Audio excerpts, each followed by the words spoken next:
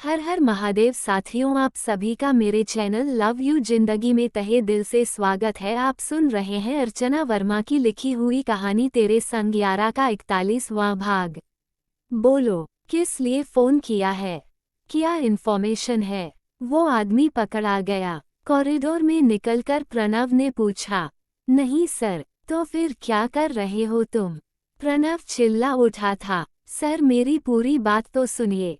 मैंने अपनी सारी इन्वेस्टिगेशन लगभग पूरी कर ली है, लेकिन आगे बढ़ने से पहले मैं आपसे बात करना चाहता हूँ, उधर से संभाल कर कहा गया।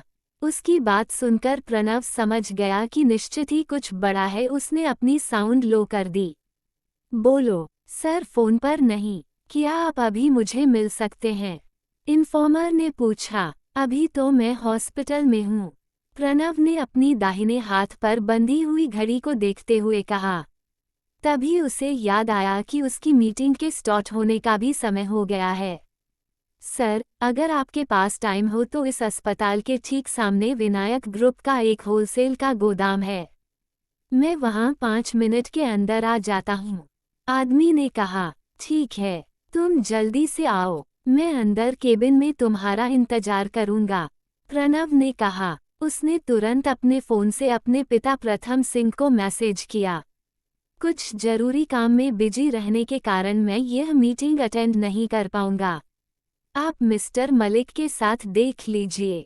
उधर से तुरंत ओके का जवाब चला आया।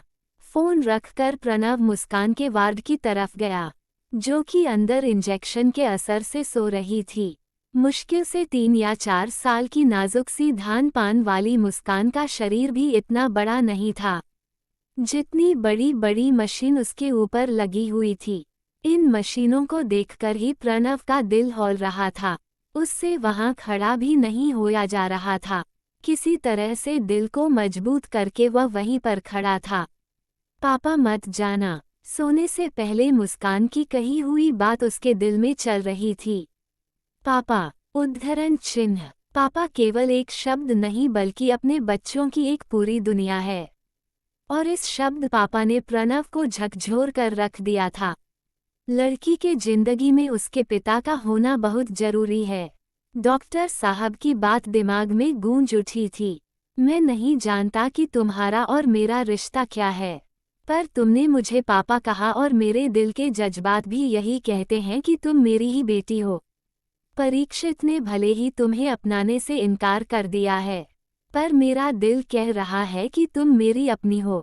मैं उस इंसान को नहीं छोड़ूंगा जो कि जिसने कि तुमको इस हाल में पहुंचाया है। अपने दिल में खुद से एक वादा करते हुए प्रणव डॉक्टर की केबिन की तरफ दोबारा मुड़ गया।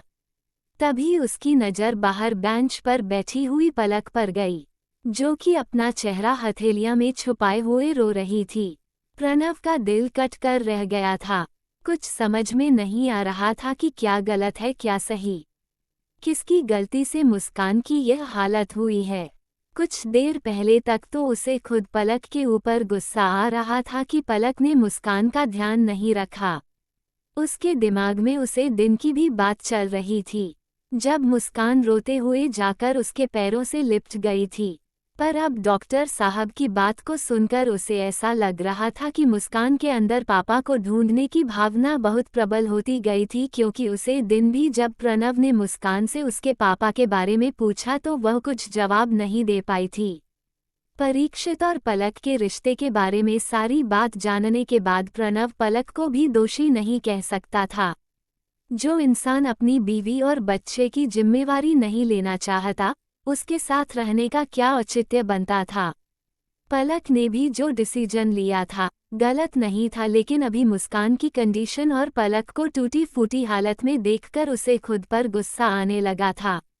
कई सारे जज्बात एक साथ दिल दिमाग में चल रहे थे कि किसी भी डिसीजन पर पहुंचने में उसे बहुत दिक्कत हो रही थी। इंसान गलतियों का चलता फिरता पुलिंदा है।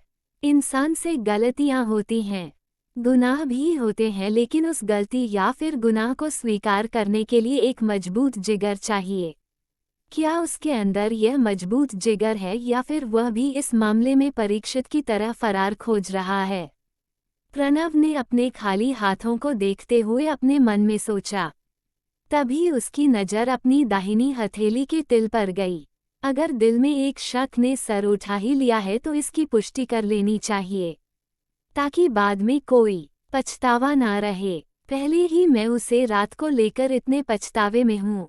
आज तक पलक के सामने उसे चीज़ को स्वीकारने की हिम्मत नहीं हुई और ना ही पलक में मुझे कोई सवाल करने की हिम्मत की, लेकिन इस मासूम लड़की की इन सब चीज़ों में क्या गलती है जो कि इसे इतनी बड़ी सजा दी जाए।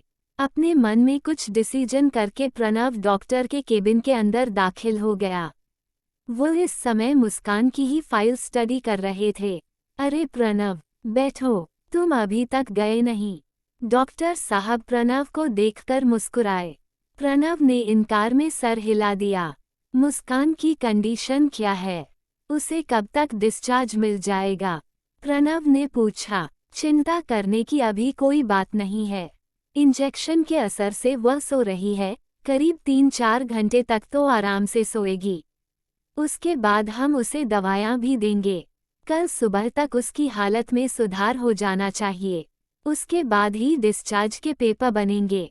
पर घर ले जाने के बाद भी बच्ची का बहुत ख्याल रखने की जरूरत है, डॉक्टर साहब ने बताया। प्रणव ने समझते हुए हाँ में सर हिला दिया। अंकल, मुझे आपसे कुछ कहना था, प्रणव ने पूरी हिम्मत जोड़कर कहा। कोशिश बहुत ही की कि राज़े मोहब्बत बयां ना हो, पर मुमकिन कहाँ है कि आग लगे और धुआं ना हो। अब आखिर क्या कहने वाला था प्रणव डॉक्टर से? आखिर किस चीज़ का शक था उसे? जानने के लिए बने रहे अगले भाग तक। तब तक के लिए वीडियो को लाइक और चैनल को सब्सक्राइब करना मत भूलिएगा। खुश रहिए, स्वस्थ रहिए, हंसाते रहिए, मुस्कुराते रहिए और यही यूट्यूब पर मिलते रहिए। मिलते हैं अगले भाग के साथ। हर हर महादेव।